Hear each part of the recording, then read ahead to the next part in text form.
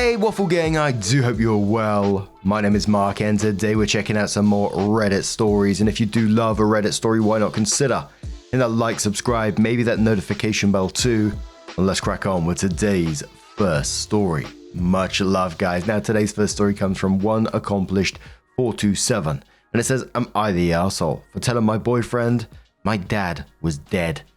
I, 26 female, lost my mother to cancer when I was 8. And I've always had an absent father. I only found out who he was when I was 13, and even then, he did not want custody of me, forcing me to stay in the foster system until I was 18. Over my whole life, I've had about 5 conversations with him, give or take. He is like a stranger to me.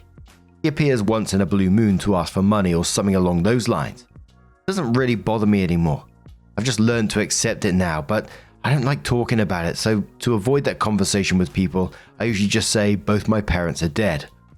This leads me to a year and a half ago, when I had just started dating my boyfriend, 25 male. And like usual, I had just told him my parents were dead, but the other day, my dad showed up at my door. I still don't know how he knows where I live, and asked for $100, except for my boyfriend was there, and he obviously found out my dad was not dead. This led to a long conversation with him that night where I explained the whole situation. He said this was a breach of trust between us because I lied about my dad and that he needed some space to rethink our relationship, but he doesn't think he will leave me. I feel so shitty in that I should have just told him earlier, but I'm going to be honest, I just didn't think. So am I the arsehole? And Opie added like a very tiny update on that first part of the post, which just said, my boyfriend texted me 5 minutes ago asking to talk, so we're going to have a full in-depth conversation tomorrow after work, and I'll update again then. So much more Eagle says this one, no one's an arsehole here. This seems more of a relationship advice question. I don't think you're an arsehole per se, but I can understand why your boyfriend would be questioning things after dating you for a year and a half and you not telling him the truth about a pretty important part of your past. I can see why you just use the dad's dead shorthand when you first meet someone, but after that amount of time, one would think you'd have talked more about stuff like that. Maybe you both need some time to think, and maybe you should consider getting some personal therapy, if you can, to work through these feelings so you can talk about them. Similar name says you're the arsehole. It's 1.5 years into dating. Sure, not great third date material, but you could have said, my mother is dead and she was the only parent in my life, and just left it at that to begin with. Later, as you got more serious, you could tell him a bit more. My mother is dead and I don't have a father, just a deadbeat sperm donor who let me grow up in foster care. He only comes around to ask for money sometimes. Enough process says, no one's an arsehole here. I can completely understand why you just go my dad is dead because he's dead to you. He never once behaved towards you as if he were your dad. I can also understand why your boyfriend was startled and wondered what else you might just not be telling him about. But at what point do you tell someone, by the way, I say my dad is dead, but in fact he is technically alive. He keeps finding out my address and showing up wanting money. You haven't mentioned that you're living with him or that you have plans to marry. If it was me, the one lied to, I think the point when I'd expect to be told about an absent father who isn't nearly as absent as you'd wish he was is before you decide to live together. Because at that point, the sporadic dad appearance becomes your living partner's problem too. And definitely I'd expect to know if there were plans to marry. But if you just hadn't told him because you do your best not to think about your dad except when he shows up, and he hadn't showed up since before you started dating your boyfriend, then I don't think it's really a breach of trust. It's just typical bad timing on the part of your dad. Pip and Squeak says you're the arsehole. Now you look like a liar and technically you are a liar. If he posted this from his point of view, everyone would tell him to run. It immediately begs the question, what else did she lie about? I haven't seen or spoken to my father in 14 years. Essentially, I can say he's dead to me, but to go as far as saying he's dead is too far when you're in a relationship with someone. When someone else suggested therapy, OP said, honestly, I never really considered therapy since I thought I was over the hurt of my dad not being there. But now that you mention it, I actually feel like it might do me some good, so I'll look into that. To another commenter, OP said, I didn't mention it here, but he did stand up for me at the door, and it was only afterwards he confronted me about it, since I had lied, and I think that's the problem with the situation. He just needs to gather his thoughts, I think. OP responding to saying, how did your dad find out where you live? OP says, I genuinely have no clue, and I don't want to think about it. Obviously, if he does it again, it might be more of a problem. Then OP shortly afterwards added the update and said, before I get into the update, I would like to clear things up. One, I've only given money to my dad once when I was still desperate for his love and acceptance, but he did not get any money this time. 2, despite his confusion, my boyfriend stepped in to defend me and get my dad to leave. It was only after my dad left he asked me about it. Now, onto the update. My boyfriend told me that all the sudden information along with the knowledge I hadn't told him the truth was very overwhelming, and he just needed some space to not say the wrong thing. He also said that he got why I lied initially, and he wasn't mad that I lied, more hurt that I felt like I couldn't tell him about it. He also mentioned that he couldn't be there for me if he didn't know what was going on. The conversation ended in tears, and it is the most vulnerable I have been in front of someone. He was very understanding, and we've decided to draw a line in the sand and start again, if that makes sense. I've also looked into therapy for my childhood trauma, and all in all, I'm using this as an opportunity to better myself and heal fully. Thank you for all your kind comments. And I think it's a pretty positive update as things can go, right? I'm glad that they're able to work through things, talk about things, and open up about things as well, and that OP is seeking therapy for their past childhood trauma. The post itself was very much "you're the arsehole" with "not the arsehole" and "no one's an arsehole here" sprinkled in here and there. And I kind of felt like it was a "no one's an arsehole here" for my perspective. I get why the boyfriend was a bit taken back by the way things went down, but I also get why OP acted the way she did and said what she did. Yes, of course, there was better ways of saying it. She could have said "my dad is dead to me" or any other variation of that. But as I said, I'm glad that they was able to work through things. But now I'm going to turn this one to you guys. What do you guys make of this situation? Let us know your thoughts down in the comments below, and let's move on to another story. Now this next story comes from Yo-Yo, who says, I, 16 male, got into an argument with my older brother, 26 male, and told him he'll never measure up to our deceased father. I have 3 older siblings, 2 sisters who are 28 and my older brother Chris, who is 26. I'm the youngest child at 16. 3 years ago, our dad died of cancer after a pretty rough battle. Being 11 when my dad got sick, I remember it being a pretty scary time, not always understanding what was happening, but the one thing I always knew was that Chris was there for me. Obviously, it was also a very difficult time for Chris, but he really looked out for me during that time, and Chris has continued to be the same. Great guy, an awesome big brother to this day. So, 3 weekends ago, I went to a party, drank too much, and I got drunk for the 3rd time in my life. I called Chris and asked him if he could come get me when I wanted to leave, and my friends, one of which was our designated driver who was sober, wanted to stay. Chris came to pick me up, worried that I was going to get in the car with a drunk driver if he didn't. The next day he lectured me on my drinking problem and getting into cars with drunk drivers. Things got heated because I felt like he was assuming a lot, because I'm a junior in high school and I've only drank 3 times at parties, which I feel is pretty normal. And I wasn't going to get in the car with a drunk driver. My designated driver was completely sober, so I feel like I was more responsible than he was giving me credit for. But yes, I was drunk enough to think calling him at 10 PM out of the blue to pick me up because I was tired was a good idea. And then 2 weeks ago, Chris found out I quit the soccer team. He started lecturing me on commitment and talking about how I needed to be doing extracurricular for college. And I shouldn't just quit because of laziness. And then things got heated and he started talking about my drinking problem again, and then talking about my room being messy, and then we were really arguing and he was accusing me of being disrespectful. And then I fucked up. I lost it and told Chris he wasn't my dad and I didn't need him lecturing me, and how he thinks he could replace dad, but he'd never be half the man dad was. I was mad and just looking for something mean to say. Chris left my room and about 30 minutes later came back in and apologized for overstepping. It was clear that he had been crying, but I was still mad and couldn't bring myself to apologize, even though I knew I should, and I didn't mean what I said.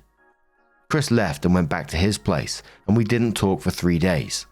3 days later, I finally did the right thing and texted him a heartfelt apology for what I had done and said. Thanked him for always caring enough to be there for me, and told him I spoke with a coach about rejoining the soccer team. He texts back hours later, "Thank you, that means a lot." Since that time, we've only spoken sporadically over text, whereas we used to speak all day. I've asked him if he wants to hang out, and he's always busy, or he says maybe tomorrow, and then when I text him the next day, he doesn't reply until it's too late. Chris has come to every soccer game I've had over the past couple of years. but he's missed the last two. I've apologized again by text. I would do it in person, but I haven't seen him since our fight, whereas normally I see him a couple of times a week. One of our things has been going to see new Marvel releases together. I asked him if he wants to go next weekend, and he said his girlfriend surprised him and took him this weekend. So I replied back, okay, maybe we can do something else together? I'd love to hang out with you. I miss you. And no reply yet. I know what I said was completely fucked up and wrong, besides being a very mean thing to say. It's not true at all. He's great. I understand why he's upset, and I know it's my fault. But now I don't know how to make things better. Chris was overbearing at times, but I would give anything to go back to that right now. Is there anything more I can do to fix this? The top commenter says, you broke his heart. And I don't say that to make you feel guilty. I say that so you can understand that a text message apology is not remotely enough. You need to go to him, not wait for him to come over. You literally need to go to his place and apologize in person. Oopie says you're absolutely right that a text apology is not enough for what I've done. I want to apologize in person because he deserves one. Should I just show up to his place uninvited? Because I thought about doing that. I asked to come over before and he didn't reply until it was already late, saying he had just got home. But next time, I could. This is incredibly heartbreaking. You know, Chris, who stepped up to care for his 11-year-old brother during their father's death, continuing to be present and protective for years after, only to have it thrown in his face like that, that's got to hurt. And that, again, that like that commenter said, that's not to bring OP down or anything like that.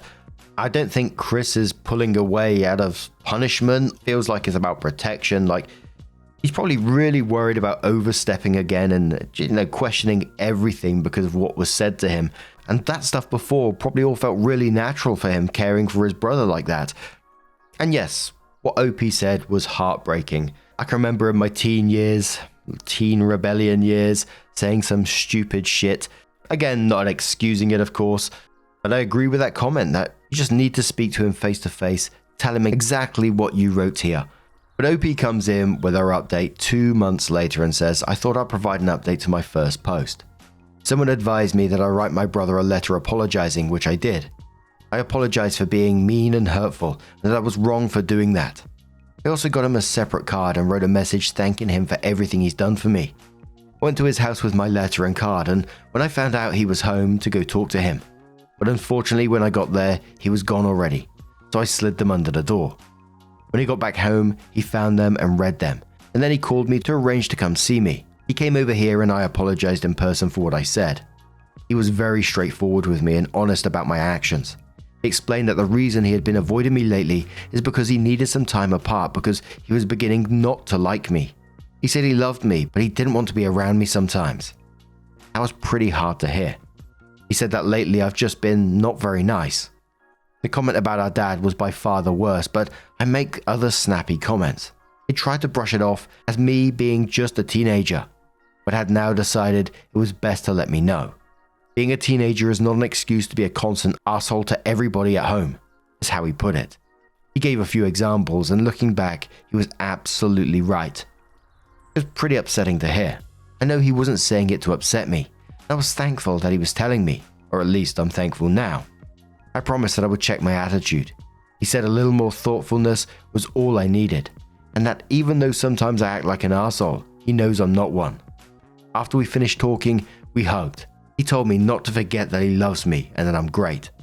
Since then, I've been trying to be more considerate. I really am trying to follow the advice he gave me. It's been a couple of months now, and I'm happy to say that it's working. My mum told me a couple of weeks ago that I'm a joy to be around. In the car today, my brother told me it's been really nice spending time with me lately, so that's good news. Oh, that last couple of lines got me going. It sounded like the brothers' straightforward talking is just what OP needed and got them back on a really good track, not just for themselves, but with their family as well, which I think is wonderful. And yes, Teen said some shitty things, but it sounds like he's reflected really well. I always look back at myself and I think, what was I like in those years? And I couldn't imagine having this self-reflection that OP had, which I think is just absolutely amazing. And I'm just so glad for them that things are turning around and being better for them. But what do you guys make of this situation? Let us know your thoughts down in the comments below.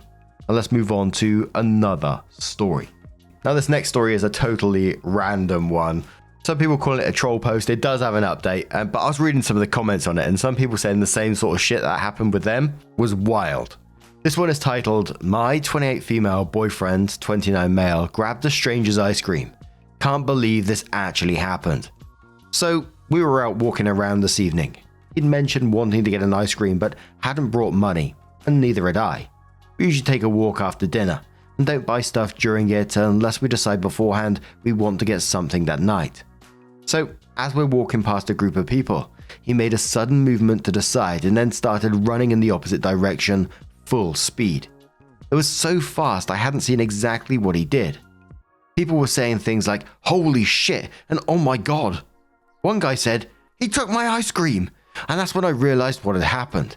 He stole this guy's ice cream on a busy street. I was absolutely shocked and mortified. Everyone around us had seen it, or else quickly got told about it. They were staring and pointing down the street where he was still running. I couldn't believe what I was seeing. I apologized repeatedly to the man whose ice cream he grabbed, then said I was going to find him and got myself out of there. Utterly humiliating. Well, it nearly made it back to the house in that time. I got there a few minutes later and found he'd been crouched in the stairway, furiously eating the ice cream out of the cup. He scrambled when he heard me coming, dripping ice cream everywhere. Looked like a deer in headlights. He literally left the cup on the stairs and ran away from me up to our apartment. But I had the key, so he was just standing there when I got there. I of course demanded an explanation. He had the balls to deny he had done anything.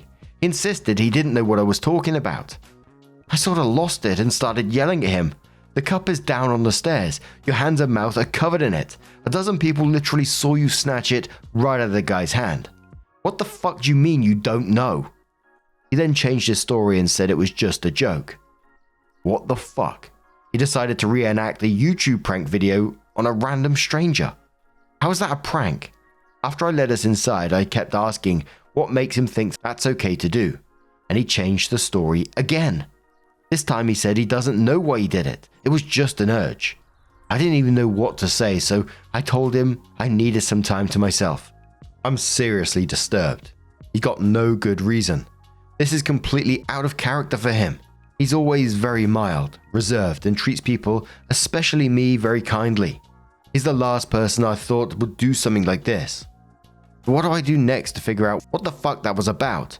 How can I know he's even being honest? So the top commenter said to OP, "If this isn't a troll post, I think he's mentally ill or has some sort of brain tumor or something." And there was a lot of people saying the same thing. OP replied to that saying, "Add in this to the top comment so anyone still following will see." Last night I asked him again what he was thinking. He said, "Jesus, I don't know, I already told you." I said I couldn't accept that answer because it's not a real answer. I told him we needed to talk about it because, after reading some of the comments last night, I needed to know if something was wrong with him mentally. He said it wasn't. I started naming possible things he could be stressed about like job, family, money, and he said it was all fine. To my knowledge, that's true. If something's going on, then he's hiding it well. He was visibly annoyed by my questioning, and when I eventually asked if he realized how bizarre it was, he snapped, "Who fucking cares? Please stop bothering me, I'm busy." He was just browsing Facebook. He refused to talk about it anymore after that, but has been talking about other stuff as normal. It's like he's just pretending it's never happened. If it hadn't, there's nothing about his behavior right now that would be weird to me. So now I feel like I'll be crazy if I bring it up anymore. I don't know if I just need to forget about it like he is or what. I'm still stunned and very confused.